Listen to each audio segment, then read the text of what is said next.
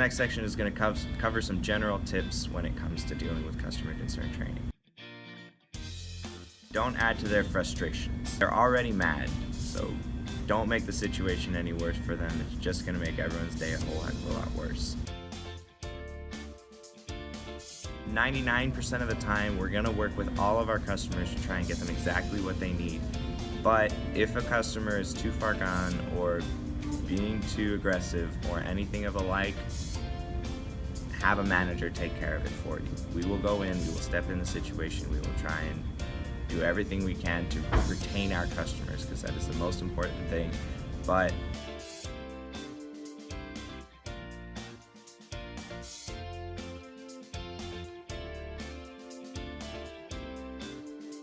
keep your voice low and maintain eye contact.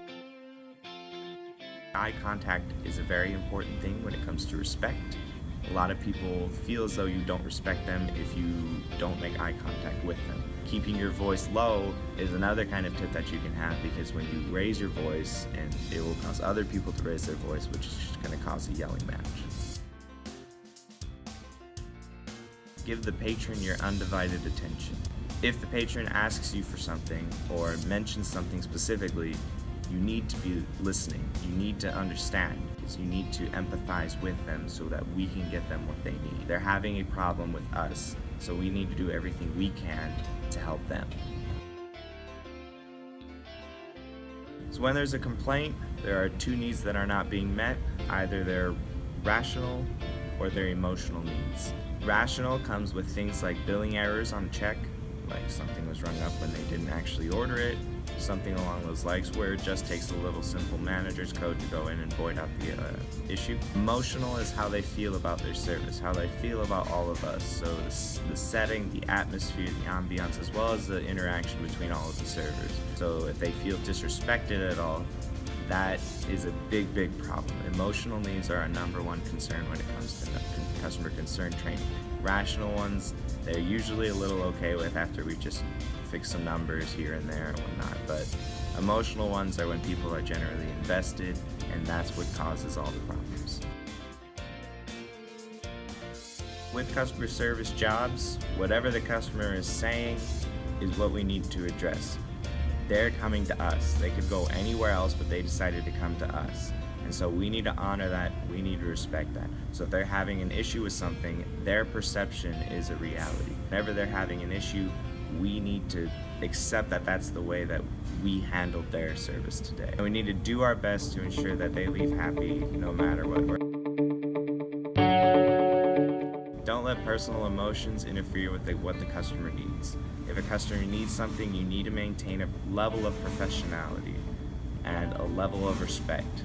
If something is getting too out of hand and you can't control it, go and get a manager and we will take care of it for you. Fill the manager in on the situation beforehand so that they can go to the table and know what they need to do.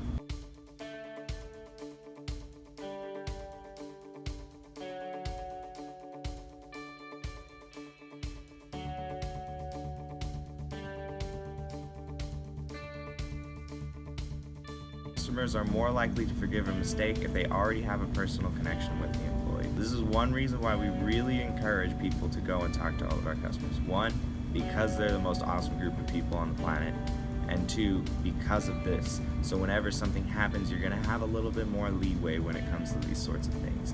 So not only will you more than likely get a bigger tip because you know them, but if any issue occurs, they're gonna more than likely be okay with it because you guys are friends and because you guys have that established connection already. Greet all customers enthusiastically with a huge, huge smile. Initiate first contact and conversation. A big one is learning and using customer names, sharing your name, and making the customer feel like they're a VIP, like they're the only person that matters. It's a big thing. If you're able to nail that with every single one of your customers, you're doing something right. The last tip I can give you is to be genuine. Be a normal human being who likes talking to other people. Be excited whenever they walk through the door, because they can, like I said, they can choose to eat anywhere, but they chose to eat with us. Whether it's because of you, whether it's because of the food, whether it's a combination of all of those factors. Be generous, be grateful, be genuine. Those are all really important things that a customer will be able to see, and it will cause them to want to come back. Establishing a level of communication with the customer is very important. It makes them feel like they're respected.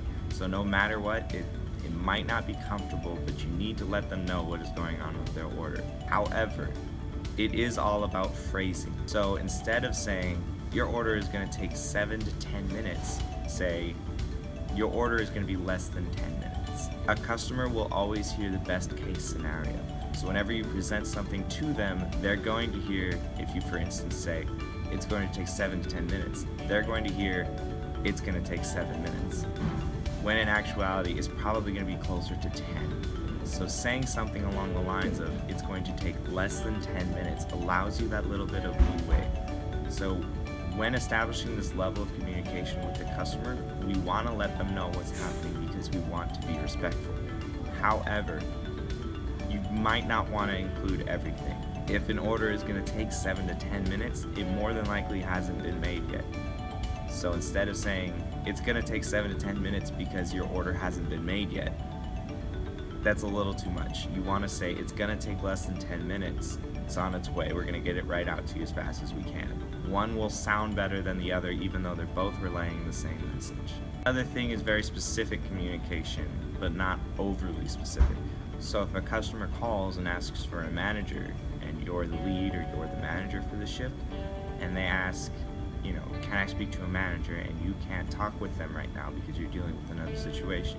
Instead of saying, I'll call you back shortly, say, I'll call you back by 5 p.m. today. Another example of phrasing is, for instance, if somebody wants to switch out a pizza on a Feed the Family deal. The answer may be no, but let me go talk to a manager and see.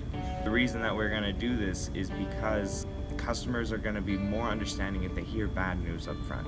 Whenever they hear bad news, it's going to be an uncomfortable situation.